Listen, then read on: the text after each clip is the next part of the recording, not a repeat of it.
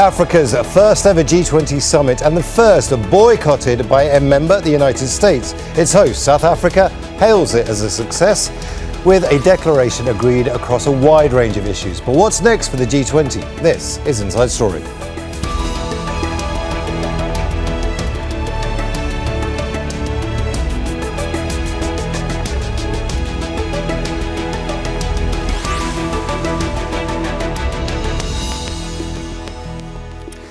Hello and welcome to the programme. I'm Imran Khan. So, Donald Trump stayed away, but that didn't stop South Africa, the host of this year's G20, from declaring this summit a success. World leaders reached an agreement on a number of pressing issues, from climate change to seeking peace, where war rages. But perhaps the summit will be remembered for who wasn't there. It was an organisation set up in response to global crises. But Trump's approach to diplomacy and trade relations means the G20 may be facing its biggest one yet. French President Emmanuel Macron warns its future may be at risk, not just over the US, but other divisions too, like the war on Ukraine. So what's the future of the G20 with next year's summit in the US? Is there even more need for the bloc in today's polarised world? We'll put that to our guests shortly. But first, this report from Imogen Kimber. Solidarity, equality and sustainability, the theme of the first G20 summit held on the African continent. Nelson Mandela said, "The time has come for South Africa to take up its rightful and responsible place in the community of nations." It's also the first time the summit has opened rather than ended with a declaration. Central themes in the agreement between the 19 nations attending were the climate crisis and support for countries vulnerable to extreme weather. Global inequality, including restructuring of debt, was also addressed, while the declaration calls for a just peace in Ukraine, Palestine and Sudan. The adoption of the declaration from the summit sends an important signal to the world that multilateralism can and does deliver. It sends a message of hope and solidarity across the world. It had widespread consensus among the world leaders. Of the 2 trillion invested globally in clean energy last year, only 2% was in Africa, while Africa has 600 million people who have no access to electricity. We must change this imbalance. The US objected to the declaration being made without its input, calling it shameful. President Donald Trump boycotted the summit, accusing South Africa of mistreating its white minority, and because he opposes action on climate change and global inequality. But leaders from India, Canada, Brazil, the EU and more did. The G20 represents 85% of the world's GDP and 2/3 of its population. It was created in 1999 to respond to the Asian financial crisis, but was further strengthened after the 2008 global economic crash. The wider reach and bigger membership was seen as more effective in dealing with crises rather than relying on the smaller G7 group of richest nations. The question now for the G20 is how it can deal with its latest crisis: Donald Trump and an absent United States. Imogen Kimber, Al Jazeera for Inside Story.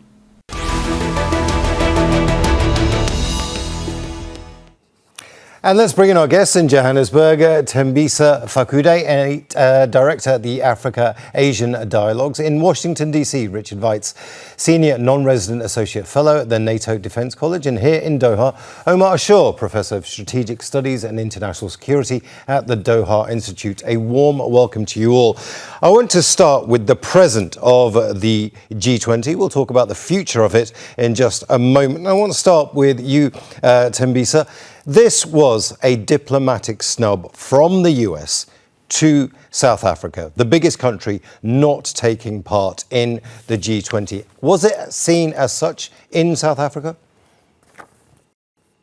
Well, it wasn't seen as a snub. It was seen as a missed opportunity in South Africa because notwithstanding the United States boycott of this G20, systems seem to have gone well. There was a declaration, as you correctly put it, way before the end. Often you reserve such pronouncements to the end of the summit, but this happened fairly early on when the whole thing started. So Donald Trump and the United States were losers in this regard.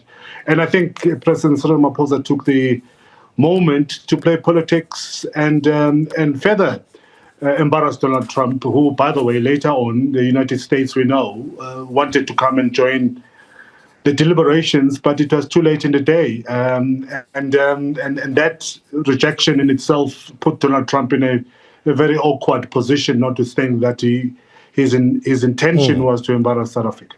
To Richard next in Washington, D.C. Richard, does this mean the G20 can function without the U.S.? The absence of the U.S. participation made it easier to reach a declaration, but it means that it will be something that the U.S. government will just ignore. It's going to take over the presidency and will then push its own agenda. The G20 really does need the participation of all members, and it needs a consensus, because the key challenge facing these kinds of organizations, the G20, G7, and so on, is reaching an agreement that they will then execute. And often you'll see one presidency push through something that the next presidency, which takes over each year, will disregard and go off on a different agenda. And you see decisions reached which are then not supported by resources or follow on. So I think that's what's going to happen here, that without the participation of a major participant, that is the U.S., the declaration will probably not be executed. The same question to you, Omar. Can the G20 function without America? It depends on what do you mean by function. If it's issuing communiques, but not necessarily investing or enforcing some of these decisions, then it's extremely difficult. The U.S. remains the leading power in the world. It remains, despite that role receding gradually, it remains the central guarantor, and now under this administration, it is visibly disengaged, and the other powers are half in, half out. We're not talking about totally in, and we saw that not just in South Africa, but previously in Rio, in Delhi. So then the G20 begins to look more and more unlike the command post of the rule-based order, and more like an ad hoc contact group that is issuing communiques and nice statements without following up on it in a significant way, maybe in a minimal way, but not in a significant way. And if you want a comparative perspective, in 1991, when Iraq invaded Kuwait, there was multilateralism in the sense of the UN issuing a statement, and a following on by a US-led coalition with 900,000 soldiers that removed the aggressor and liberated the country. When you see something like that happening, an invasion of another country that started in 2014, in the case of Ukraine, we saw very divisive roles. And that continues until today, without clear direction on how to approach this. So This is thin, insignificant multilateralism. Okay. Let me come back now to Thembisa. Thembisa, let's talk about the actual reason that Donald Trump didn't want to come to South Africa. It's a snub because of this idea that Donald Trump has in his head that there is a white genocide going on in South Africa. That hasn't really been addressed by the South Africans to the Americans directly, or has it? Are they talking about this? Because clearly Cyril Ramaphosa thinks that that's not happening, but Donald Trump thinks it is. Well, there's nothing really to talk about because there's nothing like a white genocide taking place in South Africa. It's a joke. It's laughable. You have a number of countries in this summit that have been laughing it off. South Africa has tried very hard to not make it news. Donald Trump and the United States has one of the most advanced intelligence agency in the world, and they know pretty well that that's a lie. It's a false assumption which was started by some racist grouping in South Africa and also further peddled by Elon Musk. But it's not necessarily true. The real reason why Donald Trump is upset with South Africa is because South Africa was brave enough to take the genocidal regime of Israel to ICJ, including Benjamin Netanyahu and his lieutenants, who are busy killing the Palestinians and destroying infrastructure, not only in Gaza, but in the West Bank. And this is why Donald Trump is upset, including some of his ministers in the United States. It's got nothing to do with the genocide, which is ridiculed by everybody else, by the way. It's got a lot to do with what South Africa did. And South Africa has dug in its heels in terms of its position. And it has continued to call these criminals in Israel that continue to kill innocent people in Gaza and are continuing to peddle war, not only in Gaza and the West Bank, but are now going into Lebanon and in Syria. So that's why Donald Trump didn't want to come to South Africa. Richard, I want to come to you next. These types of forums are flawed, but they're the only forums that they've got. The Security Council, the United Nations, the G8, the G20, the G7, all of these forums are good ideas on paper, but they do fail because every individual country has a competing agenda. Isn't that the real challenge here? It's these competing agendas. That's a major challenge, and it's also true in somewhat less so with the BRICS, the Shanghai Cooperation Organization, and other institutions. I think a key problem we have, as the guest in, I believe, Doha said, was that the UN Security Council isn't functioning. It's the one institution that has the legal authority to mobilize forces, liberate a country that's been occupied, commit funding, enforce decisions on other countries. But because of the great power divisions within the organization and some other challenges, it's not able to play the role it was designed for. Other institutions have been trying to step in, some partly successfully. I would argue that the G7/G8 had made some early successes in, for example, countering terrorism, threats to weapons of mass destruction. But with a weak UN Security Council, with a divided membership in many of these organizations, I think we just got a gap in global governance that's not going to be easily solved. Omar, this gap in global governance, we've talked about this before on this very program, that it is actually incredibly difficult to get anybody aligned behind one party. The United Nations is pretty much the best option that we've got, but that's completely flawed. Now, is there these smaller kind of BRICS, G20, these smaller organizations, ASEAN, localized organizations, the Arab League, for example, a better way to go, get it all sorted locally and then come to the UN? Surely that's a better way of doing it. Well, on paper, yes. On paper, you would see them major partners and stakeholders in regional security. And some of them, not all of them, some of them may have the resources and the expertise in sorting some of these security or otherwise major issues.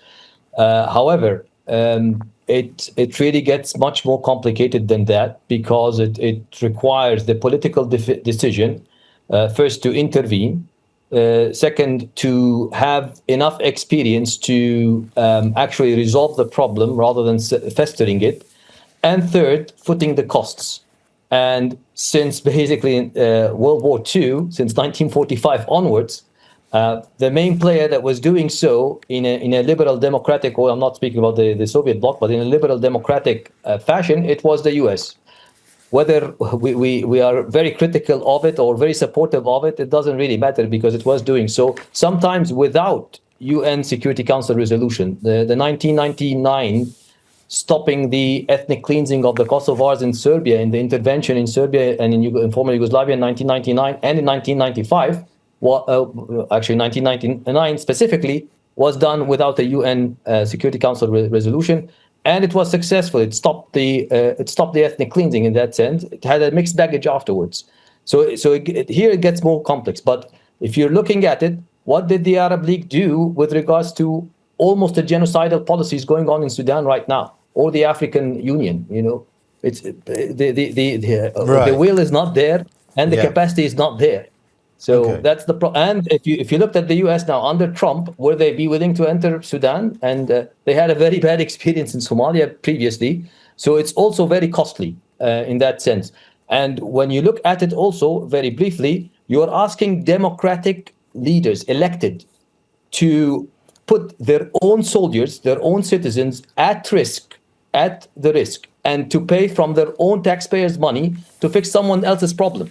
And that's a very tall order. It was done multiple times, but it cannot be done forever. And that's a lesson for everybody, for the Europeans, because of Ukraine, and also for the Africans and the Asians and elsewhere in the global south. Well, let's go to Thembisa now. Thembisa, Omar makes a very interesting point about the fact that, you know, there have been successes, there have been failures, but this is just the way how these organizations have been set up. But the G20 did have a lot of success in 1999 with the financial crisis, and then again in 2008 with the financial crisis. It's what really brought it together. Is the failure of the G20 right now due to the fact that it's trying to do too many things at once, that it might be better off focusing its mission on being an economic bloc? Well, G20 is a platform that encourages dialogue.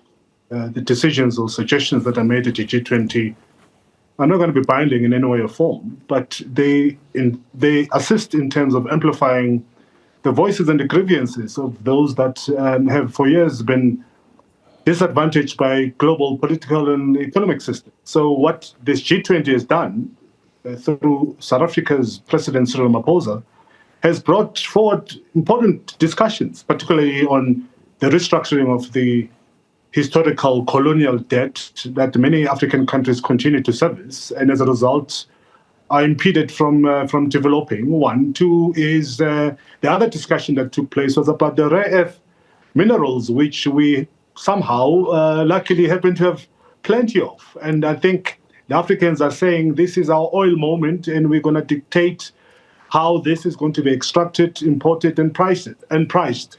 And you see Africans now talking about the beneficiation of all of these critical minerals that are going to boost and play a major role, whether it's in AI, electric vehicles, etc.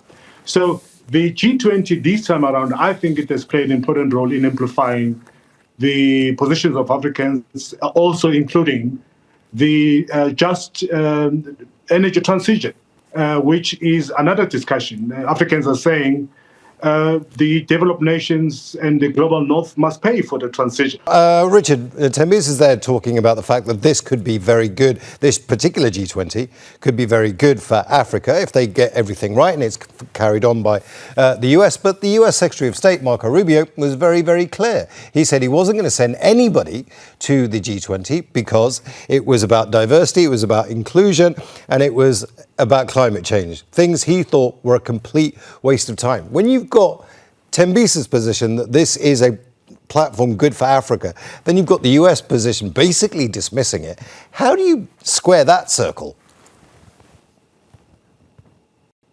Well, if you accept these as declarations of a concern agenda, so yes, the recent G20 statement does amplify African concerns more than previous G20 declarations. But yes, President Trump, when the U.S. takes over the chairmanship, is just going to ignore it and have a different agenda, and that will be true later. So if you see the value of the G20 in helping identify areas of concern to member states, then it's still performing that function. It does highlight global disagreements as well, but resolving these issues are going to take place outside the G20 format.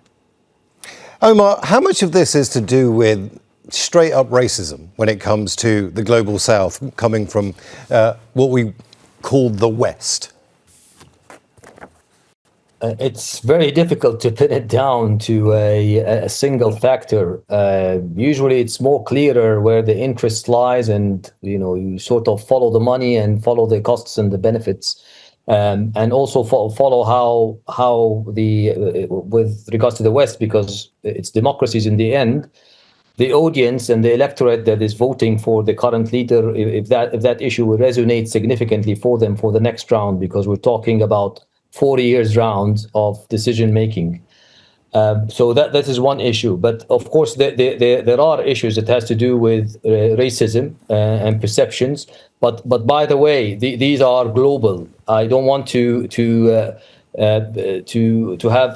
entertain this bias that it only exists in the West, because it does not. And we see countries who had a very double standard when things come to the case of Ukraine, for example. It's not the same stance when it is about I don't want to use the racial words, but it's not the same stance when European Northerners, whites, are being massacred en masse. You see a different stance. I don't want to boil it down to racism, but I would say probably interests and strategic relations and other attitudes are there, but also because the standard is doubled, you have these accusations of reverse racism and so on. So this issue is very sensitive, and it needs to be delved in more deeply and more accurately before laying it out there. Richard, there is a double standard. I mean, that is what Omar has said. That is what Thembisa has said. Do you think there is a double standard? I mean, it depends on the issue, but you certainly see that at play in some areas. For example, the area I know best, nuclear nonproliferation, the main agreement in that area, the Nuclear Nonproliferation Treaty, embeds a double standard. It allows some countries to keep nuclear weapons, albeit for a temporary but indefinite period, and then it bans those from other countries. So, and the same with the UN Security Council. It gives 5 countries the right to block any resolution that maybe the other 14 members will adopt. So, yes, these double standards are there, but they're often necessary to get the system to function. So if the UN Security Council didn't have the right of veto, it probably would collapse. It wouldn't be able to function at all, as we saw with the institutions before World War II. They just fell apart when one member simply ignored its decisions. Thembisa, the UN Security Council, the G20, all of these organizations that we have been talking about, are right now the only forums that we've got. Let's talk about the G20, because it is going to the US. You have a year now to get your declaration that was signed in by all the countries that are there, the 19 countries that were signed in South Africa. You've got a year now to get that on the table, on the agenda for the Americans. Are you confident you'll be able to do it? No, I'm not confident that we'll be able to do it. The United States is going to ensure that South Africa does not get its way in terms of pursuing the aims and objectives of the declaration. 1. 2 is the fact that the United States, particularly Donald Trump, has got an axe to grind with South Africa because of our position once again on Israel and what we've done at the ICJ. They're going to try and make it difficult. We are hearing rumors that they will even try and prevent South Africa from becoming part of the Troika, which is the secretariat that runs the business of G20 in between summits. So you've got the past, present, and future presidents or secretariat that runs, and we are hearing rumors at the moment that the United States is going to be against South Africa participating. So I'm not really confident that this is going to go through.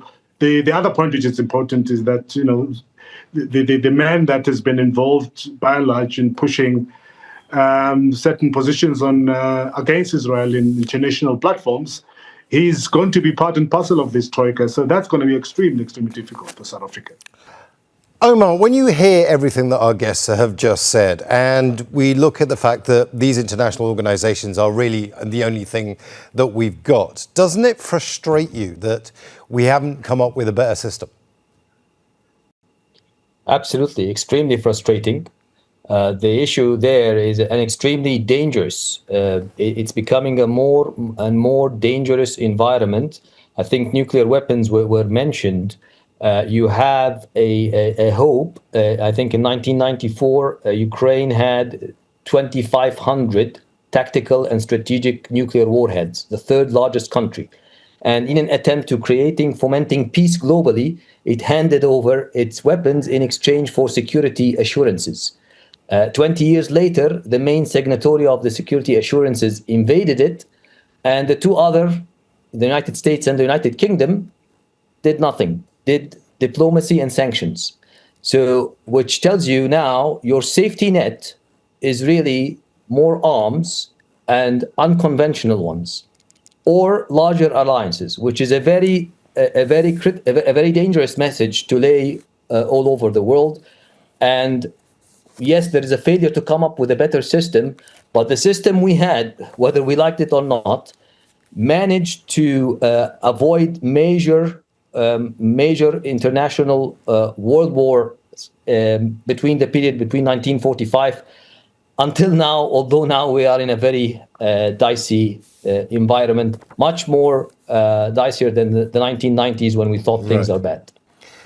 Well, I want to thank all our guests, Thembisa, Fakude, Richard Weitz and Omar Ashour. And I want to thank you as well for watching. Now, you can see the programme again anytime by visiting our website, aljazeera.com. And for further discussion, go to our Facebook page. That's facebook.com/AJ Inside Story.